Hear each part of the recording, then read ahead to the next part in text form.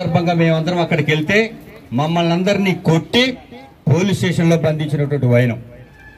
ఇలాంటి ఎన్నో దుర్మార్గమైన పనులు జగన్మోహన్ రెడ్డి గారు అధికారంలోకి వచ్చిన దగ్గర నుంచి ప్రజావేదిక కూలగొట్టిన దగ్గర నుంచి అంటే 10 కోట్ల రూపాయల వ్యయంతో ఏదైతే ప్రజలకు ఉపయోగపడేటువంటి మీటింగులు కానీ అక్కడ సమావేశాలు కానీ ఏర్పాటు చేసుకోవడానికి గవర్నమెంట్ ఆఫీసర్స్ కానీ లేకపోతే అట్లాగే ప్రైవేటు వ్యక్తులు కానీ అక్కడ మనం మీటింగులు పెట్టుకొని ఒక 2-3 వేల మందితో అక్కడ మీటింగ్ పెట్టుకోవడానికి 10 కోట్ల రూపాయలతోటి ఒక భవనం నిర్మిస్తే ప్రజావేదిక కూలగొట్టడంతో ఆయన యొక్క ప్రస్థానం అనేది మొదలైంది.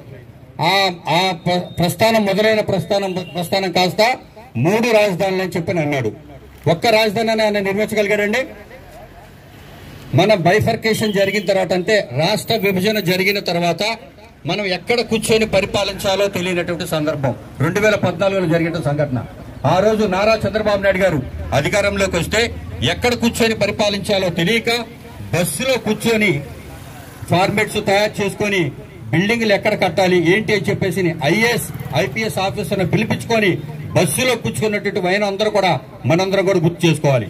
అలాంటి నారా చంద్రబాబు నాయుడు గారు ఒక నిబద్ధతతోటి ఇక్కడ ఒక్క రూపాయి కూడా డబ్బులు అడగకుండా అమరావతిలో 33,000 ఎకరాలు భూమిని స్వతహాగా వారు ఒక్క మాట అడిగినందుకు అమ్మ ఇక్కడ రాజధాని నిర్మించాలి, దానివల్ల మన పిల్లల భవిష్యత్తు ఇలా ఉంటది, మన రాష్ట్ర భవిష్యత్తు కోసం మీరు ఆలోచించాలి అని చెప్పేసి చంద్రబాబు నాయుడు గారు ఇచ్చిన పిలుపు మేరకు 33,000 ఎకరాలు భూములు ఇస్తే ఈ రోజు కూడా అక్కడ మనం కట్టించిన బిల్డింగులు ఆయన కూర్చొని పరిపాలిస్తున్నాడు. రమణ బిల్డింగ్ నుంచి బయటకు వచ్చి ఆయన ఎక్కడ పరిపాలిస్తున్నారో చూద్దాం. మనం కట్టించిన బిల్డింగులో కూర్చొని ఆయన పరిపాలన చేసుకుంటా 33,000 మంది రైతులు ఎవరైతే ఉన్నారో వారందరిని కూడా ఇబ్బంది పెట్టుకుంటా ఈ రోజు కూడా రాజధాని అమరావతి కొనసాగాలని చెప్పేసి అక్కడ రైతులు పోరాటం ఏదైతే ఉందో ఆ పోరాటం వృధా కాకూడదు.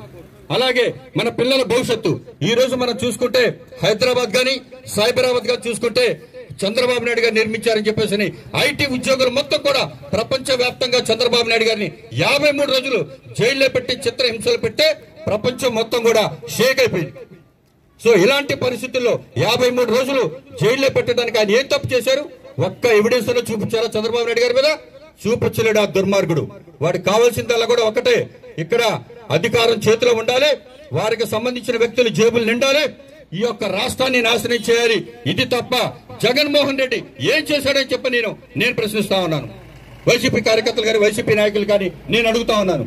ఈ యొక్క నియోజకవర్గంలో ఏదైనా చూసుకుంటే ఏది డెవలప్మెంట్ చేశారన్నా కానీ ఒక్క గద్దె రామ్మోహన్ రావు గారు చేశారు తప్ప ఈ యొక్క విధ్వంసకారులు ఏదైనా చేశారంటే తెలుగుదేశం పార్టీ ఆఫీసు మీద దాడి, లేకపోతే మా పట్టాభి గారి ఇంటి మీద 10 సార్లు దాడి, లేకపోతే మా కార్యకర్తల మీద దాడి, మా ఫిరోజ్ గారి మీద దాడి, నా మీద దాడి. ఇది తప్ప వాళ్ళు చేసిన విధ్వంసం తప్ప వాళ్ళు చేసిన అభివృద్ధి ఏది ఉందా అని చెప్పేసి నేను క్వశ్చన్ చేస్తా ఉన్నాను. ఈ 5 సంవత్సరాల పరిపాలనలో వైసీపీ ప్రభుత్వ పరిపాలనలో ఎవరికన్నా ఒక ఉద్యోగం వచ్చిందా అని చెప్పి నేను అడుగుతా ఉన్నాను. ఒక పరిశ్రమ వచ్చిందా అని చెప్పి నేను అడుగుతా ఉన్నాను. ఏదన్నా చేశారు అని చెప్పానంటే వారికి సంబంధించినటువంటి సలహాదారులు ఎవరైతే ఉన్నారో 450 మంది సలహాదారులకి జేబులు నింపి లక్షల కోట్లు కూడబెట్టడమే తప్ప మీ సొంత బాబాయిని చంపించిన దుర్మార్గుడు కూడా ఈ రోజు కూడా నువ్వు అరెస్ట్ చేయలేకపోయావు.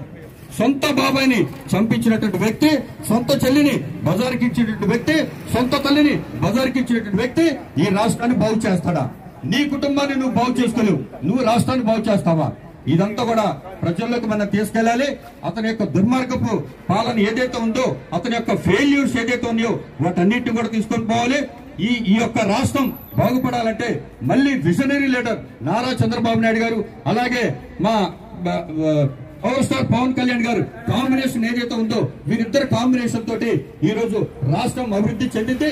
ఖచ్చితంగా రాబోయే రోజుల్లో తెలుగుదేశం పార్టీ, జనసేన, బీజేపీ కూటమి ఖచ్చితంగా విజయ కేంద్రం ఎగరైపోతుంది అని చెప్పి తెలియజేస్తా ఉన్నాం. సో ఈ విధంగా రాష్ట్రంలో వీరి యొక్క పరిపాలన మీద ఏ విధమైనటువంటి ఇదంతా మొత్తం కూడా ప్రజల్లోకి తీసుకెళ్లాల్సిన కూడా ఉంది. దయచేసి ప్రజలను ఒకటి గుర్తు పెట్టుకోండి. మన పిల్లలకు ఉద్యోగాలు లేవు, మన భవిష్యత్తు బాగాలేదు, నిత్యావసర ధరలు విపరీతంగా పెరిగిపోయాయి, ఈ రాష్ట్రానికి ఒక పరిశ్రమ కూడా రావట్లేదు.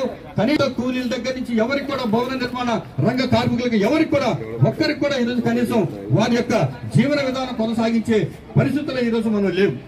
సో మన జీవన ప్రమాణాలు మెరుగుపడాలన్నా, ఈ రాష్ట్రం బాగుపడాలన్నా, మన పిల్లల భవిష్యత్తు బాగుపడాలన్నా, మన పిల్లలకి మంచి ఉద్యోగాలు రావాలన్నా, ఈ ఆంధ్ర రాష్ట్రానికి పరిశ్రమలు రావాలన్నా కానీ నారా చంద్రబాబు నాయుడు పవన్ కళ్యాణ్ గారి కాంబినేషన్ లో రేపు రాబోయే ప్రభుత్వంలో మాత్రమే సాధ్యపడుతుందని చెప్పి తెలియజేస్తా ఉన్నాను.